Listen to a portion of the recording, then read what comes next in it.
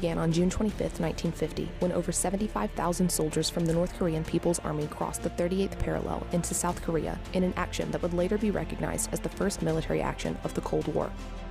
By July 1950, American troops had entered the war on South Korea's behalf, and the American government viewed U.S. participation in the conflict as a war against the international forces of communism itself. In July 1951, President Truman and his military commanders began peace talks.